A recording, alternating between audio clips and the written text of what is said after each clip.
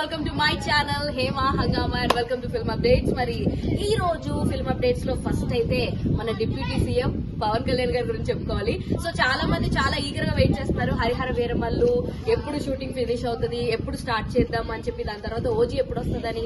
ఎందుకంటే deputy CM అయిన తర్వాత పవన్ కళ్యాణ్ గారు చాలా చాలా బిజీ అయిపోవడం, ఆయనకి కొంచెం డేట్స్ అవి క్రియేట్ చేయలేకపోవడం, ఇలాంటివన్నీ చాలా జరుగుతున్న టైంలో రీసెంట్ గా ఒక 10 days హరిహర వీరమల్లుకి, ఒక 10 days ఓజీకి షెడ్యూల్ చేస్తానడం. సో దాని తర్వాత వాళ్ళ షూటింగ్స్ త్వరగా పెట్టుకోవడం.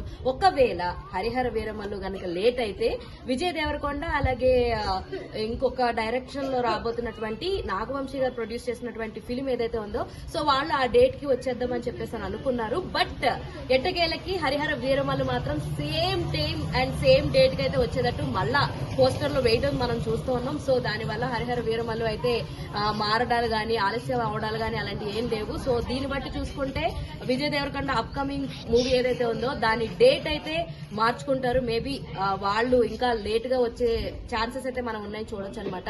సో ఎంతమంది హరిహర వీరమల్లుకి ఈగర్ గా వెయిట్ చేస్తున్నారు లేదా ఓజీ కోసం వెయిట్ చేస్తున్నారా? Let me no in the comment section. ఇలాంటి interesting and more fun videos కోసం మీరేం చేయాలి? ప్లీజ్ డూ ఫాలో హేమా హంగామా.